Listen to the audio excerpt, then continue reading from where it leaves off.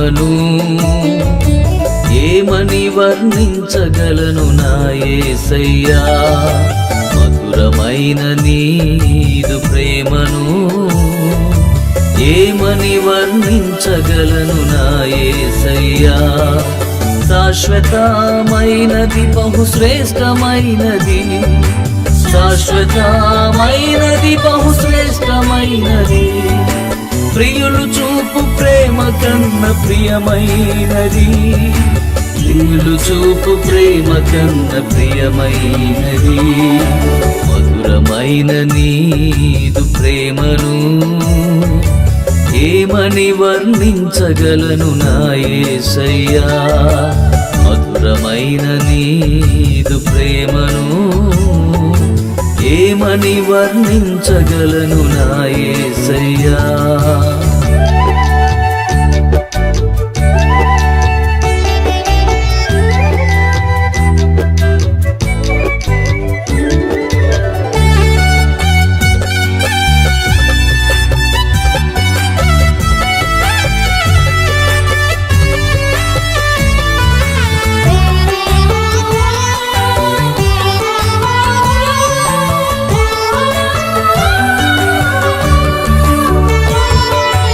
నైరాశ్యపు నీడలో బ్రతుకు భారమై ఆశలన్నీయు అడుగంటిన తరుణానా,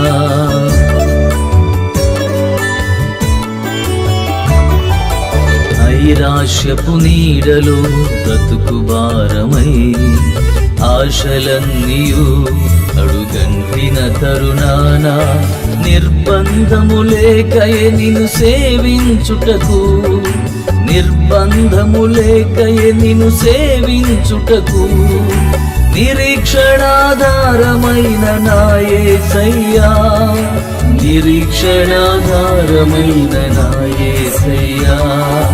మధురమైన నీదు ప్రేమను ఏమని వర్ణించగలను నా యేసయ్యా. మధురమైన నీదు ప్రేమను ఏమని వర్ణించగలను నా యేసయ్యా.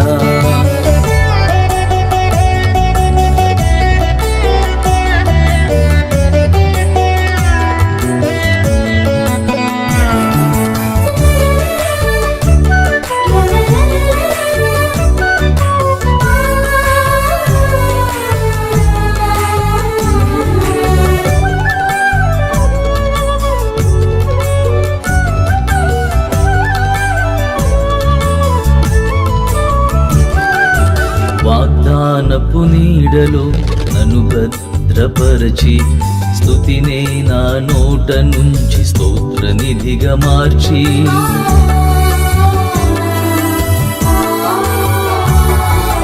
వాగ్దానపు నీడలో నన్ను భద్రపరచి, స్తుతిని నా నోట నుంచి స్తోత్ర నిధిగా మార్చి, నీ ప్రతిబింబముగా నేనుండాలని, నీ ప్రతిబింబముగా నేనుండాలని ప్రత్యేకపరచుకున్న నా యేసయ్యా, ప్రత్యేకపరచుకున్న నా యేసయ్యా.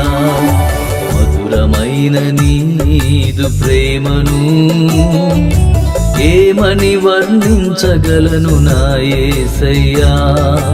మధురమైన నీదు ప్రేమను ఏమని వర్ణించగలను నా యేసయ్యా.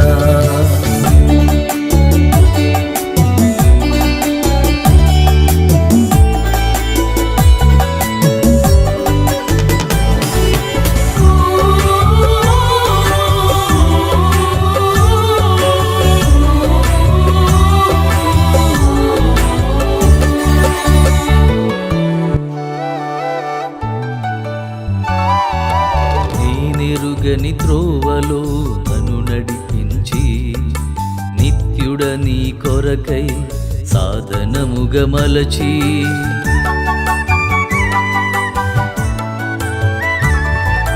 నేనెరుగని త్రోవలో నన్ను నడిపించి, నిత్యుడ నీ కొరకై సాధనముగా మలచి సియోనులో నేనుండాలని, సియోనులో నేనుండాలని ఉపదేశ క్రమములో నిలిపిన యేసయ్యా, ఉపదేశ క్రమములో నిలిపిన యేసయ్యా.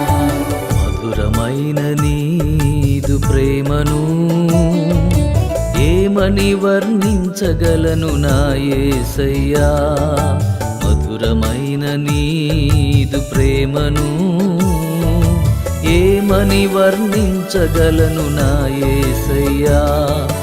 శాశ్వతమైనది బహుశ్రేష్టమైనది, శాశ్వతమైనది బహుశ్రేష్టమైనది, ప్రియులు చూపు ప్రేమ కన్న ప్రియమైనది, ప్రియులు చూపు ప్రేమ కన్న ప్రియమైనది.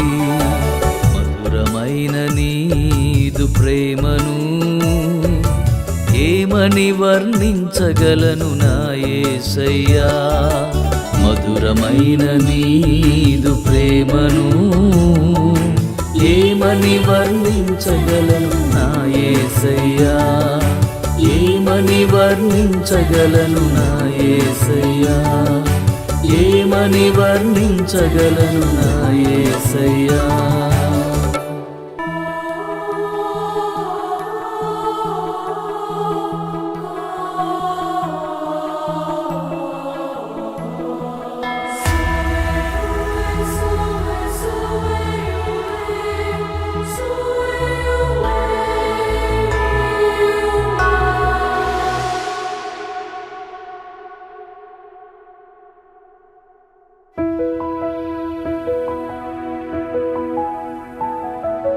నీ సన్నిధిలో ఆనందమే, నీ సేవలోనే సంతోషమే.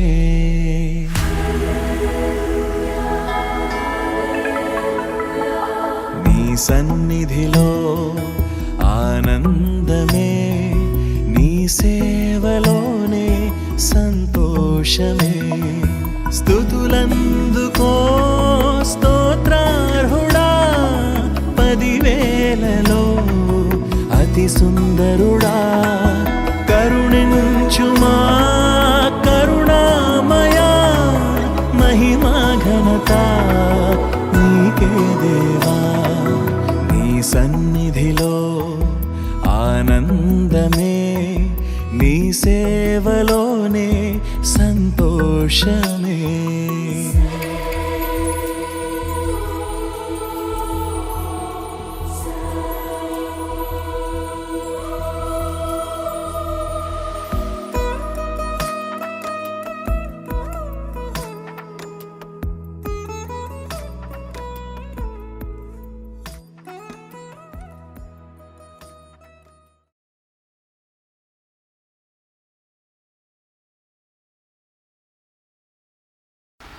దేంతో నిండిన వారై ఉన్నారు వాళ్ళు?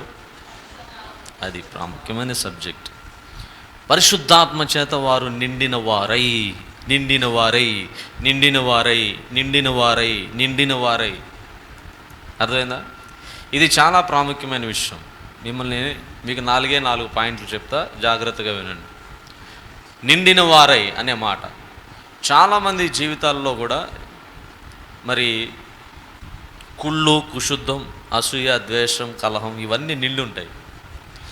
యేసు ప్రభువుని మనం నమ్మిన తర్వాత యేసయ్య మన పాపాలన్నీ క్షమాపణ అడిగినప్పుడు మన పాపాల్లో భాగమై ఉన్నటువంటి ఈ కుళ్ళు, అసూయ, ద్వేషం ఇవన్నీ తీసేస్తాడు. ఇవన్నీ తొలగించేసినవి మనల్ని పరిశుద్ధాత్మతో నింపుతాడు. ఈ పరిశుద్ధాత్మతో నింపబడాలి అనంటే అక్కడ ఒక మాట రాస్తుంది, వారు ప్రార్థన చేయగానే అని రాస్తుంది. వారు ప్రార్థన చేయగానే అని రాస్తుంది. వారందరూ ప్రార్థన చేయగానే ఏం జరిగింది? వారు కూడి ఉన్న చోటు కంపించింది. ప్రార్థన చేస్తే తుఫాన్ వస్తుందా? ప్రార్థన చేస్తే భూమి కంపించిద్దా? ప్రార్థన చేస్తే ఏదైనా జరుగుద్దా? అంటే దానికి ఉదాహరణలు బైబిల్ గ్రంథంలో చాలా కోకొలలు ఉన్నాయి. కాబట్టి వారు కూడి ఉన్న చోటు బహుగా కంపించింది. వారు ప్రార్థన చేస్తూ ఉండగానే వారు అద్భుతం చూశారు. అదేంటి? భూమి కంపించడంతో పాటు ఆకాశము నుండి పరిశుద్ధాత్మ వారి మీదకి వచ్చి వారిని నింపేసింది. పరిశుద్ధాత్మ ఎప్పుడైతే పరిశుద్ధాత్మ నింపేసిందో వారందరికీ ధైర్యం వచ్చేసింది. యేసు ప్రభు చనిపోగానే వాళ్ళందరూ ఏం చేశారు? దాక్కున్నారు. అమ్మో మనల్ని కూడా చంపేస్తారేమో అని దాక్కున్నారు వాళ్ళు. కానీ యేసు ప్రభు పునరుద్ధానుడై లేచిన తర్వాత, పరిశుద్ధాత్మ చేత వారు నింపబడిన తర్వాత వారికి ఏమొచ్చింది? ధైర్యం వచ్చింది. మేము కూడా చచ్చిపోతాం, మాకు ఈ బ్రతుకు అనవసరం, మేము కూడా చనిపోతాం అని వాళ్ళు ఆ సమయంలో తీర్మానం చేసుకున్నారు. అంత పవర్, ఎనర్జీ వారి హృదయంలోనికి వచ్చింది. దీనికి కారణం ఏంటంటే వాళ్ళు చేసిన ప్రార్థన.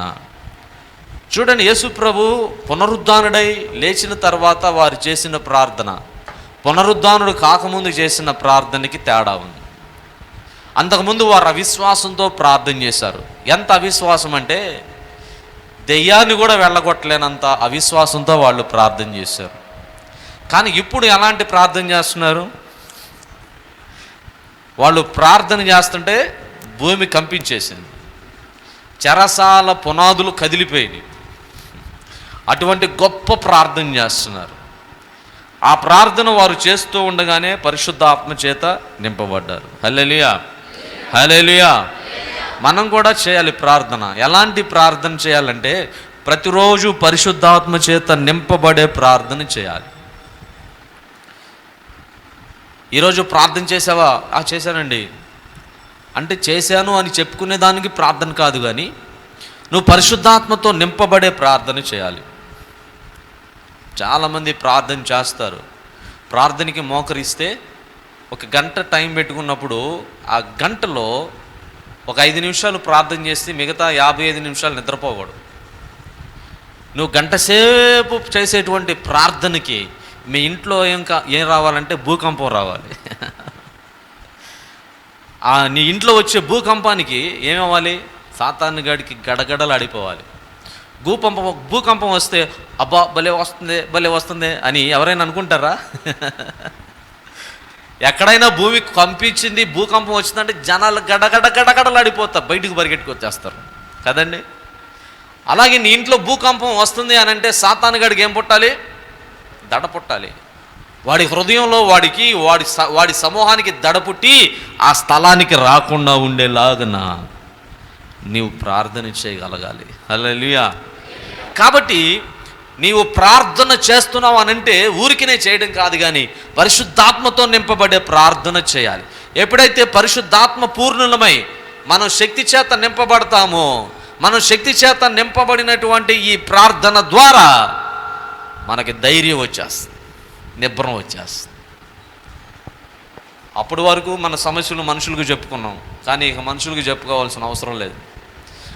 మనకి పరిశుద్ధాత్మ దేవుడికి చెప్పగానే మన సమస్య తీర్చేస్తాడు. అదే మన ధైర్యం, నిబ్బరం వచ్చేసి.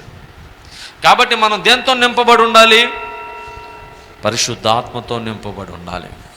ఈరోజు ప్రార్థన చేసేవాళ్ళు లేవగానే పరిశుద్ధాత్మ దేవుడు నిన్ను నింపాడా? చెప్పండి.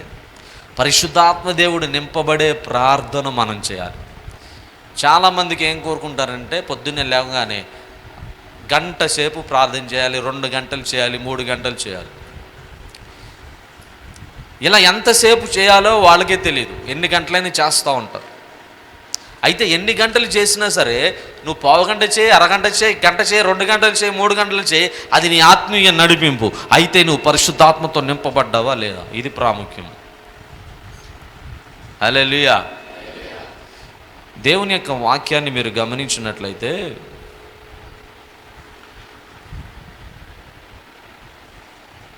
ఆనాటి దినాలలో సేవ బహుగా విస్తరిస్తూ ఉండగా ప్రతిరోజు ఈ రొట్టె వేరెచ్చడం, ప్రతిరోజు ఈ ఆయన రక్తాన్ని పంచడం, ఇదంతా అత్యధికమైపోతుంది. ప్రతిరోజు ఈ పనికి మీ స్వార్థ మానేసి ఈ పని చేయాల్సి వస్తుంది అని కొంతమంది అపోస్తులను చేద్దామని చెప్పి వాళ్ళ శిష్యులు ఏం చేశారంటే కొంతమందిని వీరిలో చేర్చుకున్నారు. వారిలో ప్రాముఖ్యమైన వాడు స్టెఫను. ఈ స్టెఫనుని ఏర్పాటు చేసుకున్నాక స్టెఫను మీద చేతులుంచి వారు ప్రార్థన చేస్తూ ఉన్నారు.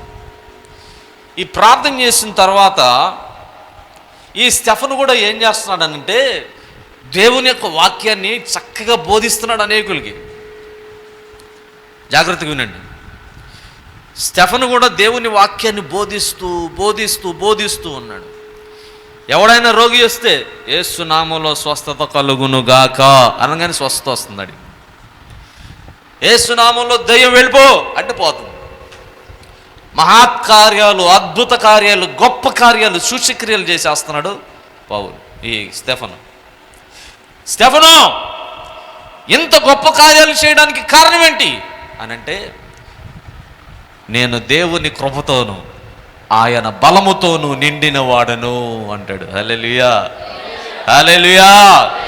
నేను దేవుని కృప చేత ఆయన బలము చేత నిండిన వాడనై ఉండగా ప్రజల మధ్య మహత్కార్యాలు, గొప్ప క్రియలు చేయడానికి దేవుడు నాకు శక్తినిచ్చాడు అని చెప్తాడు. ఆలోచించండి. మొదటిగా పేతురేమో పరిశుద్ధాత్మ చేత నింపబడమని చెప్పాడు. ఇక్కడ రెండవదిగా స్టెఫన్ ఏం చేస్తున్నాడు? దేవుని కృప చేత, దేవుని బలము చేత నింపబడ్డాడు. అయితే అక్కడ ఉన్నటువంటి కొంతమంది పెద్దలు కొన్ని రకాలైనటువంటి సమాజముల నుండి వచ్చి స్టెఫనుతో తర్కిస్తున్నారు. యేసు దేవుడు కాదు, మోషే గొప్పవాడు. యేసయ్య గొప్పవాడు కాదు, మోషే గొప్పవాడు. ధర్మశాస్త్రాన్ని ఆచరించాలి మనం, నువ్వు చెప్పే అన్ని తప్పుడు బోధలు అంటారు. అప్పుడు స్టెఫను వాళ్ళందరికీ వివరంగా చెప్తున్నాడు. స్టెఫను చెబుతూ ఉంటే స్టెఫను మాటలకి వాళ్ళు ఎదురు చెప్పలేకపోతున్నారు. స్టెఫను లేఖనాలు తీసి మాట్లాడుతుంటే వాళ్ళు తర్కిస్తుంటే కరెక్ట్గా సమాధానం చెబుతూ ఉంటుంటే స్టెఫనుకు ఉన్నటువంటి దైవ జ్ఞానానికి వాళ్ళు ఎదురు మాట్లాడలేకపోతున్నారు. ఇక వాళ్ళందరికీ కోపం వచ్చేసింది. రేయ్, వీళ్ళలో దేవుని జ్ఞానం ఉందిరా, ఇక ఎంత చెప్పినా మనం ఎన్ని వాదించినా ఇక మనం వీటితో గెలవలేం, ఇతనిలో దేవుడు ఉన్నాడు. కాబట్టి మనందరం ఏం చేద్దామంటే ఒక ఇద్దరు సాక్షుల్ని పెడదాం, అబద్ధ సాక్షుల్ని పెట్టి వీడికి శిక్ష ఇప్పించేద్దాం అని అనుకుంటారు వాళ్ళు. అని ఇద్దరిని అబద్ధ సాక్షుల్ని పెట్టి అక్కడ ఒక చుట్టూ సమాజం ఎదుట వారిని నిలబెట్టారు. పెద్దల మధ్యలో తీర్పు తీర్చడానికి నిలబడితే ఏంటి ఇతను చేసిన తప్పు అని వాళ్ళు అడుగుతుందంటే, అయ్యా యేసు బోధన అనుసరిస్తున్నాడు, యేసు మతాన్ని, యూదా మతాన్ని అనుసరిస్తున్నాడు, ఇతను మోషేని దూషిస్తున్నాడు, దేవునిని దూషిస్తూ ఉన్నాడు, ఇదిగో కొత్త మతాన్ని తీసుకుని వస్తూ ఉన్నాడు, ఆ మత ప్రచారం చేస్తూ ఉన్నాడు, దేవుణ్ణి దూషించినటువంటి ఇతనికి శిక్ష పడాల్సిందే అని వాళ్ళు చెప్తున్నారు. అప్పుడు వాళ్ళంట అందరూ కూడా ఆ స్టెఫను వైపు చూడగానే ఆ స్టెఫను ముఖం దేవదూత ముఖము వలె ప్రకాశించిందంట. అందరు గట్టిగా చప్పట్లు కొడదాం.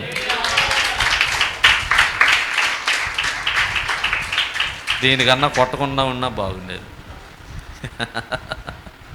స్టెఫను ముఖం ఎలా ప్రకాశించింది? చదవండి అపొస్తలుల కార్యములు 6వ అధ్యాయము ఆఖరి వచనం. సభలో కూర్చున్న వారందరూ అతని వైపు తేరి చూడగా అతని ముఖము దేవదూత ముఖము వలె వారికి కనబడెను. హల్లెలూయా! ఎంత గొప్ప మాట రాశాడో చూడండి. స్టెఫన్ ఎందుకు నించోబెట్టారు? శిక్ష వేయించడానికి నించోబెట్టారు. స్టెఫన్నికి శిక్ష వేయించడానికి నిలబెడితే అక్కడున్న వాళ్ళందరూ శిక్ష వేద్దామని అతని వైపు చూస్తే అతని ముఖం ఎలా కనబడుతుందంటే దేవదూత ముఖం వలె కనబడుతుంది. కారణం ఏంటో తెలుసా? స్టెఫనుని దేవుడు ఆయన కృపచేత, బలము చేత ఆయనను నింపాడంట. హల్లెలూయా. ఈ రోజున గమనించండి, నువ్వు దేనితో నింపబడ్డావు? దేవుని కృపతో నింపబడ్డావా? దేవుని బలముతో నింపబడ్డావా? దేవుని బలం నీలో ఉంటే నువ్వు అనేకులకు బోధిస్తావు. దేవుని కృప నీలో ఉంటే అనేకులకు బోధిస్తావు. హల్లెలూయా, హల్లెలూయా, హల్లెలూయా. నేను ఏ రోజున కూడా దేవుడు నాకు అది ఇవ్వట్లేదు ఇది ఇవ్వట్లేదు అని ఎప్పుడు ఏడవలేదు. ఎప్పుడు ఏడవలేదు, నాకు ఇవ్వట్లేదు అది ఇవ్వట్లేదు ఇది ఇవ్వట్లేదని. దేవుడు ఇచ్చిన దానితో దేవానికి స్తోత్రం అని అనుభవిస్తూ ఆరాధిస్తూ బ్రతకడమే. ఆయన చిన్నదేయమని పెద్దదేయమని దేవుని కొరకు మనం సాక్షులుగా బ్రతకాలి అని అంటే ఆయన కృపచేత బలము చేత నింపబడాలి. ఈ అధిపతి దగ్గర ఉన్నటువంటి ఇతను ఒక రోజున సౌలుని బర్నబాని పిలిపించి వాక్యం చేపించుకోవాలని ఆశ. దైవజనుల్ని పిలిపించి వాక్యం చేపించుకుందాం అనుకుంటాడు. అయితే అక్కడ గారడి వాడని పేరు వచ్చేటువంటి అర్థం వచ్చేటువంటి పేరు కలిగిన వాడు ఒకడున్నాడు. వాడేం చేస్తాడంటే ఈ వాక్యం చెప్పించుకునే వాడికి చెప్పించుకునేకుండా చేయాలని అనేక రకాలైన కుట్రలు పన్నుతూ ఉంటాడు. అతనికి ఏవేవో చెప్తూ ఉంటాడు. ఈలోపు ఈ పౌలు అతనితో మాట్లాడడం ప్రారంభించాడు. అతనేమంటున్నాడంటే, సమస్తమైన కపటముతోనూ దుర్మార్గముతోనూ నిండినవాడా. అతని హృదయం దేంతో నింపబడింది? కపటము, దుర్మార్గం. అంటే పైకి ఒక రకంగా ఉంటాడు, లోపల మాత్రం ఇంకొక రకంగా ఉంటాడు. రెండు రకాలైనటువంటి ఆలోచనలు ఉన్నాయి, రెండు రకాల తలంపులు ఉన్నాయి, రెండు రకాలైనటువంటి నడవళ్ళు ఉన్నాయి. కాబట్టి పైకి ఒక రకంగా లోపల ఒక రకంగా ఉండేటువంటి కపట బుద్ధి గలవాడా, దుర్మార్గుడా, దేవుని పనిని ఆటంకపరుచువాడా అని పిలిచాడు. అపవాది కుమారుడా, సమస్త నీతికి విరోధి, ప్రభు యొక్క తిన్నని మార్గములను చెడగొట్టుట మానవా అంటున్నాడు. ఆలోచించండి. నీ హృదయంలోనికి కపటం రాకూడదు, జాగ్రత్తగానండి. నీ హృదయంలోనికి దుర్మార్గపు ఆలోచనలు రాకూడదు. ఇవి ఎప్పుడైతే వచ్చినాయో అవి నీ ఆత్మీయ జీవితాన్ని నాశనం చేసేసి నిన్ను దేవునికి విరోధిగా మార్చేస్తాయి. కపటం రాకూడదు. నువ్వు పైకి ఎలా ఉన్నావో నీ లోపల కూడా అలాగే ఉండాలి. అప్పుడే నీ ఆత్మీయ జీవితం స్వచ్ఛంగా ఉంటుంది. ఎప్పుడైతే ఇతను దేవుని యొక్క మార్గాలను చెడగొడుతూ ఉన్నాడో, ఈ దుర్మార్గపు ఆలోచన కలిగినటువంటి వ్యక్తితో అంటున్నాడు, ఇదిగో ప్రభు తన చెయ్యి నీ మీద ఎత్తి ఉన్నాడు.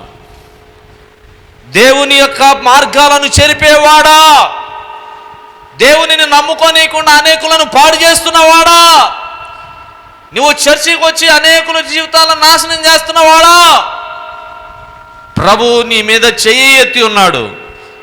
ఇది మొదలుకొని కొంతకాలము గ్రుడ్డివాడువై నువ్వు సూర్యుని చూడకుండా ఉందువుగాక అని చెప్పించాడు. అంతేనండి, ఒక మాట అన్నాడు పౌలు, అంతే. ఇది మొదలుకొని నువ్వు గుడ్డివాడు అవుతావు అన్నాడు, అంతే, ఒకటే మాట. వెంటనే అతను ఏం చేశాడంటే బ్రతులాడుకుంటున్నాడు, బాబు నాకేమీ కనపట్టలేదు బాబు, దయచేసి నన్ను చేయి పట్టుకొని బయటకు తీసుకెళ్ళండి బాబు, అయ్యా బాబు నన్ను తీసుకెళ్ళండి, అసలేం కనపట్టలేదు బాబు, నా కళ్ళు పోయినాయి బాబు అని అతను అప్పటికప్పుడే గ్రుడ్డివాడైపోయాడు. ఎంత భయంకరమైన పరిస్థితితో చూడండి. భక్తిగా ఉంటే నీ జీవితంలో భక్తులకి ఇచ్చే ఆశీర్వాదాలన్నీ ఇస్తాడు. నీతిగా ఉంటే నీతిమంతులు కలిగే దీవెనలన్నీ నీ తల మీదకు వస్తాయి. కానీ ఎప్పుడైతే కపటంతో ఉన్నావో ఆ కపటపు వలన వచ్చేటువంటి శిక్ష నువ్వు అనుభవించాల్సింది. దేవుడు దేన్నైనా భరిస్తాడు, కానీ నీ జీవితంలో అన్యజనులకు దేవునికి మధ్య నువ్వు చెడు పనులు చేస్తే ఊరుకోడు ఆయన. అన్ని జనులు నేర్చుకునే విధంగా చెడు నీలో ఉంటే దేవుడు ఊరుకోడు. ఆయన నేను క్షమించడు, వెంటనే శిక్ష పంపించేస్తాడు. అందుకనే ఒకటి పరిశుద్ధాత్మతో నింపబడాలి, రెండోది కృపతోనూ దేవుని బలముతో నింపబడాలి. కానీ మన జీవితంలో ఏ మాత్రం కూడా కపటము దుర్మార్గం అనేది ఉండకూడదు. హల్లెలూయా, హల్లెలూయా. చూడండి, మరొక మాట చూపిస్తాను మీకు. అపొస్తలుల కార్యంలో 17వ అధ్యాయం 16వ వచనం. 17వ అధ్యాయం 16వ వచనం. పౌలు వారి కొరకు కనిపెట్టుకొని ఉండగా ఆ పట్టణము విగ్రహములతో నిండి ఇండుట చూచినందున అతని ఆత్మ పరితాపము పట్టలేకపోయెను. హల్లెలూయా. ఏథెన్సులో వారి కొరకు కనిపెట్టుకొని ఉండగా ఆ పట్టణము దేంతో నిండబడి ఉంది? గట్టిగా చెప్పండి. విగ్రహాలతో నిండి ఉండగా అతని ఆత్మ పరితాపము పట్టలేకపోయినని రాస్తుంది. అంటే రోషం వచ్చేసింది, అదొక రకమైన దుఃఖం వచ్చేసింది, బాధ వచ్చేసింది, కోపం వచ్చేసింది పౌలుకి. ఏథెన్సు పట్టణస్థులందరూ ఏం చేస్తున్నారు తెలుసా? అర్తిమీ దేవిని, మహాదేవిని ఆరాధిస్తున్నారు. వాళ్ళు దేవతలను ఆరాధిస్తున్నారు. దేవుడు అంటే పురుషుడు కదండి, వీరు స్త్రీలను ఆరాధిస్తున్నారేంటండి? దేవుడు అంటే పురుషుడు, ఆయన స్వయంభవుడు, ఉన్నవాడు అనువాడు కదండి. మోషే అడిగాడు, నువ్వెవరివి ప్రభు అంటే, నేను ఉన్నదానను అనుదానను అన్నాడా? నేను ఉన్నవాడను అనువాడను, నీ దేవుడను నీ దేవతను అల్లా, నీ దేవుడనైన యెహోవాను నేనే, నేను సర్వశక్తి గలవాడను, నేను సైన్యములకు అధిపతి యెహోవాను అన్నాడు దేవుడు కదా. కాబట్టి ఇక్కడ విగ్రహాలతో నింపబడి ఉంది ఏథెన్సు పట్టణం అంతా. భయంకరమైన విగ్రహారాధన. వాళ్ళు అర్తిమీదేవి మహాదేవిని ఆరాధిస్తూ ఉన్నారు. వాళ్ళు సర్వమానవాళి పాప పరిహారార్థమే రక్తం కాచి ప్రాణం పెట్టి తిరిగి లేచి ప్రతి ఒక్కరికి పునరుద్ధాన శక్తినిచ్చి ఆయన పరలోకానికి ఆరోహణుడై వెళ్ళాడు అనగానే అక్కడున్న వాళ్ళందరూ నవ్వడం ప్రారంభించారు, ఎగతాళి చేస్తున్నారు. ఏంటమ్మా ఏంటన్నావు, మరొకసారి చెప్పు అని అంటున్నారు వాళ్ళు. అని రెండోసారి చెప్పు అని ఎగతాళి చేస్తున్నారు వాళ్ళు. అయితే అక్కడున్నటువంటి వారిలో కొంతమంది మాత్రం యేసుక్రీస్తుని సొంత రక్షకుడిగా అంగీకరించారు. హల్లెలూయా, హల్లెలూయా, హల్లెలూయా. దేంతో నింపబడి ఉన్నారు వీళ్ళందరూ? చెప్పండి గట్టిగా. విగ్రహాలతో నింపబడి ఉన్నారు. కొంతమంది చర్చికి వచ్చారా? చర్చికి వచ్చినా కానీ వాళ్ళ మనసులో ఏముంటుందో తెలుసా? విగ్రహాలు ఉంటాయి కదండి. మన గుండెగాడికి మనసులో అంత విగ్రహమే. ఏం విగ్రహం? ఆడుకుండే విగ్రహాలు ఆడుకుంటాయి, ఒకటో రెండు కాదు, ఆడికి చాలా ఉంటాయి. అలాగే ఇక్కడ ఉన్న యవనస్తులకు విగ్రహం ఉంటుంది. ఏంటి ఆ విగ్రహం అంటే, ఆడు ఎక్కడో ఒక చూడకూడని అమ్మాయిని చూస్తాడు. ఇక చూసిన దగ్గర నుంచి పొద్దున్నే లేవగానే దేన్ని తలుచుకుంటాడు? ఆ విగ్రహాన్నే తలుచుకుంటాడు, ఆ అమ్మాయినే తలుచుకుంటాడు. తిందామంటే తినలేడు, తాగుదామంటే తాగలేడు, పడుకుంటే నిద్ర రాదు. ఏమైందిరా నీకు ఈ మధ్య అంటే, ఏం కాదులే, ఏం లేదులే అంటాడు. కానీ పొద్దున్న లేచిన దగ్గర నుంచి రాత్రి వరకు కూడా ఆ ముఖాన్నే తలుసుకొని ఆరాధిస్తూ ఉంటాడు, ఆరాధిస్తూ ఉంటాడు, ఆరాధిస్తూ ఉంటాడు. ఇక అదే జీవితం. అది లేకపోతే నేను చచ్చిపోతా అంటాడు. హల్లెలూయా, హల్లెలూయా. నేను ఒక టెలిఫోన్ బూత్లో పనిచేసేటప్పుడు ఒక బ్యాచ్ వచ్చేది, ఆడవాళ్ళ బ్యాచ్. ఆడవాళ్ళ బ్యాచ్ వచ్చి ఫోన్లు మాట్లాడుకునేవాళ్ళు వాళ్ళందరూ. ఏమే నీకు ఆడెంత ఇచ్చాడు? ఆడ 500 ఇచ్చాడు, ఈడ ఎంత ఇచ్చాడు, ఈడ 10 రూపాయలు ఇచ్చాడు. ఇలా మాట్లాడుకునేవాడు వాళ్ళు. College students. ఎందుకు మీరు ఇలాంటి పనులు చేస్తున్నారో అని అడిగేంత ధైర్యం నాకు లేదు. ఎందుకంటే నేను యవ్వనస్తుని, 22 సంవత్సరాలు 23 సంవత్సరాలు. బైబిల్ చదువుకుంటున్నాను అప్పుడే. నాకు అంత ధైర్యం లేదు, వాళ్ళకి నాతో మాట్లాడేంత ధైర్యం లేదు. ఎందుకంటే నా ఎదురుగా ఏముంది? బైబిల్. వాళ్ళు అలాగ డిస్కస్ చేసుకుంటుంటే ఆ అమ్మాయికి ఒక లవ్ లెటర్ రాశాడు. దేంతో? రక్తంతో. వాళ్ళు అనుకుంటారు, ఏమై చూసావా ఏడెంత పెంచాడో అనుకుంటున్నారు వాళ్ళు. చూసారా మనసులో ఏముందో తెలుసా వాడికి? విగ్రహం. వాడు దాన్ని ఆరాధిస్తూ బ్రతుకుతాడు. మరి కొంతమందికి ఏంటో తెలుసా? ధనం, డబ్బు. డబ్బు ఒక విగ్రహం. పొద్దున్నే లేచిన దగ్గర నుంచి దాన్ని ఎలాగ సంపాదించాలా డబ్బు కోసం చచ్చిపోతాడు. వాడి కర్మగాలి ఆ రోజు గనక ఒక 500 రూపాయలు బండి పని పెట్టిందంటే ఇక నిద్రపడా వారం. 500 ఖర్చు అయినాయిరా, 500 ఖర్చు అయినాయి బండికి అని ఇక నిద్రపోడు. ఆ 500నే తలుచుకొని ఇక్కడ పెరుగన్నమే తింటాడు, ఇక కూరన్నం తింటాడు. హల్లెలూయా. ఎంత భయంకరమైనటువంటి విగ్రహాలు మనుషులు మనసులో దాచుకొని తిరుగుతున్నారు తెలుసా? కొంతమందికి కులమే వారికి విగ్రహం. మా కులం అని సస్తారు. తీరా ఎవడన్నా చచ్చిపోతే ఇంట్లో వాడిని పాతేయడానికి ఏ కులపోడు రాడు. ఏమయ్యారా నీ కులపోళ్ళు? యోబుకి ఉన్నదంతా పోయిందా? బూడిదలో కూర్చున్నాడా? కురుపులన్నీ వచ్చి గోక్కుంటున్నాడా? ఏవో ఏంట్రా, అరే నువ్వు మన కొలపోడు పోయిండు, నీకేంట్రా ఈ జబ్బు వచ్చిందని ఎవడన్నా వచ్చాడా? అరే ఏబో క్యారే ఏ తేరీ మేరీ ఏకీ మజహబ్ రే ఆజా రే క్యా కువరే తుజే అని ఎవడన్నా వచ్చాడు? పోనీ ఒక్కడన్నా మన కొలబోడని ఎవడు రాడా? చూసారా ఎంత ఘోరం. విగ్రహాలు మనసులో నింపుకొని జీవిస్తూ ఉన్నారు. కొంతమందికి ఏంటంటే ఐహిక విచారాలే విగ్రహం. ఎప్పుడు విచారిస్తూనే ఉంటారు. విచారం.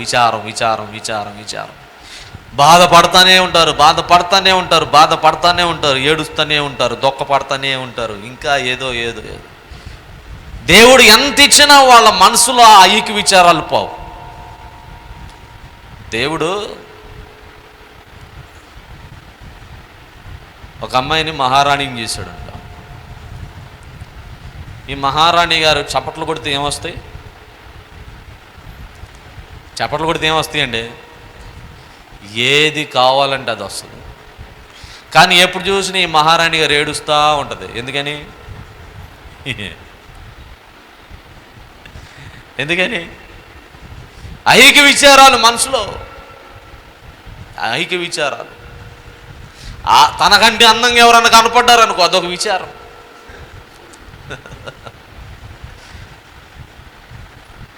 ఎవరైనా ఇద్దరు భార్యాభర్తలు ఇద్దరు చక్కగా సౌఖ్యంగా ఎవరితో కనపడ్డారు అనుకో, రాజుగారు నన్ను ఎంత బాగా చూసుకోవట్లేదని అదొక బాధ.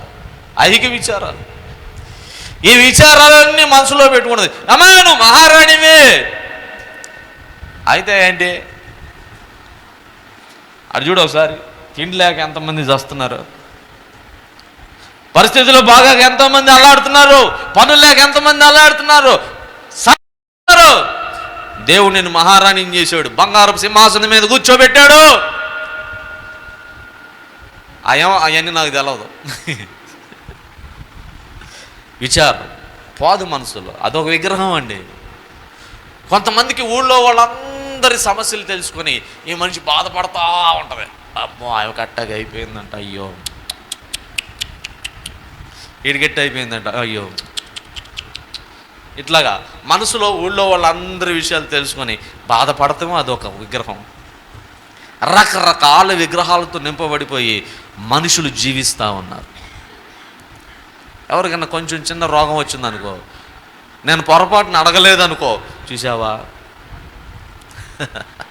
అయ్యగారు చూసావా అడిగాడేమో, అయ్యగారు నన్ను ప్రేమించట్లా, అయ్యగారికి నా మీద ఏమీ లేదు. అమ్మగారన్నా కనీసం అడిగిందంటావా? అమ్మగారు కూడా చూసారా? హల్లెలూయా హల్లెలూయా. ఇట్లాగా బాధలు పెంచుకొని జీవిస్తూ ఉంటారు. అవి విగ్రహాలు. అవి మన మనసులో ఉంటే మనం సంతోషంగా ఉండలేం. విగ్రహాలతో నింపబడినప్పుడు నీకేం కలుగుతుందో తెలుసా? అపహాస్యం. చూడండి, ఆ మాట మీకు చూపిస్తాను.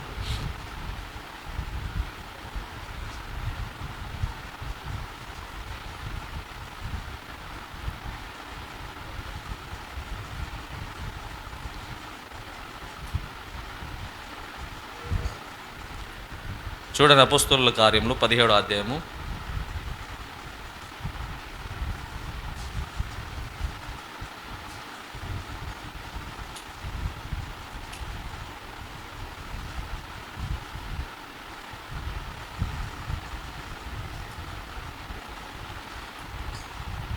32వ వచనం.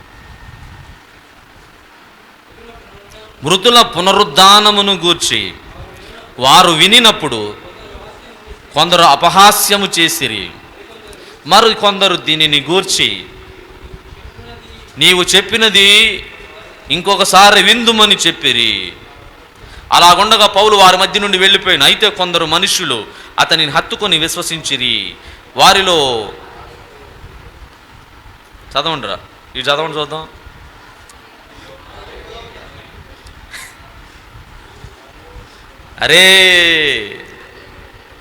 అరియో కాదు, అరేయోపగీతుడైన దియోనూసియా, దమరి అను ఒక స్త్రీయు, వీరితో కూడా మరికొందరు ఉంటారు. అర్థమైంది మీకు? వాళ్ళు ఎప్పుడైతే విగ్రహాలు ఉన్నాయో, విగ్రహాలు ఉండడం వలన, విగ్రహాలను వాళ్ళు నమ్మడం వలన, విగ్రహాలు మాకు కావాలని వారు కోరుకోవడం వలన దేవుని మాటలని, దైవ సేవకుల్ని వాళ్ళు ఏం చేస్తున్నారు? అపహాస్యం చేస్తున్నారు. అర్థమైందా మీకు? దేవునిని అపహాస్యం చేస్తారు, దేవుని బిడ్డలను అపహాస్యం చేస్తావు. నీకు ధనము విగ్రహం అయితే, నీకు స్త్రీ విగ్రహం అయితే, నీ జీవితంలో తిండిపోతున్న విగ్రహం అయితే, త్రాగుబోతున్న విగ్రహం అయితే, నువ్వు విగ్రహాలని ఆధారంగా చేసుకుని బ్రతికితే నువ్వు దేవుని మాటను అపహాస్యం చేస్తావు. హల్లెలూయా. కాబట్టి మనం ఏం చేయాలి? లాస్ట్ అండ్ ఫైనల్ ఒక మాట చెప్పి నేను ముగిస్తాను. ఏం చేయాలి? ఫిలిప్పీలకు రాసిన పత్రిక 1:10. ఫిలిప్పీలకు రాసిన పత్రిక 1వ అధ్యాయం 10వ వచనం.